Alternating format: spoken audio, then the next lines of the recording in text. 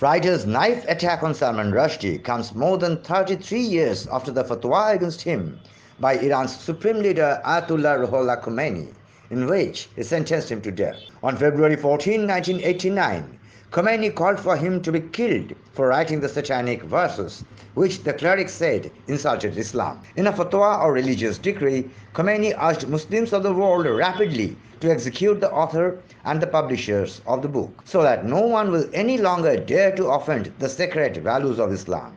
Khomeini, who was 89 then and had just 4 months to live, added that anyone who was killed trying to carry out the death sentence should be considered a martyr who would go to paradise. For almost 13 years, Rushdie moved between safe houses under the pseudonym of Joseph Anton, changing base for no less than 56 times in the first 6 months. His solitude was worsened by the split with his wife, American novelist Marianne Wiggins, to whom the satanic verses are dedicated. "I'm gagged and imprisoned," he recalled, writing in his diary in his 2012 memoir, Joseph Anton. "I'm gagged and imprisoned," he recalled, writing in his diary in his 2012 memoir, Joseph Anton. Viking Penguin published the satanic verses in September 1988 to critical acclaim. The book is set by turns in the London of conservative British Prime Minister Margaret Thatcher and in ancient Makkah, Islam's holiest site.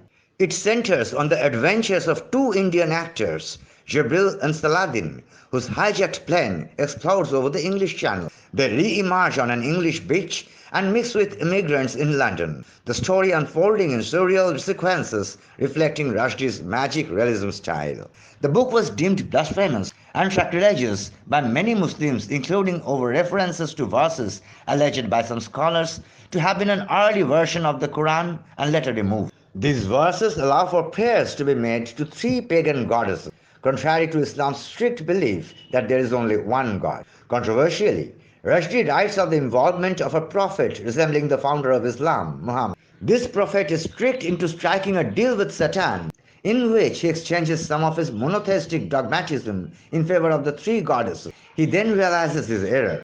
Khomeini and others insist he had depicted the prophet irreverently. Bureau Report, Ujan News.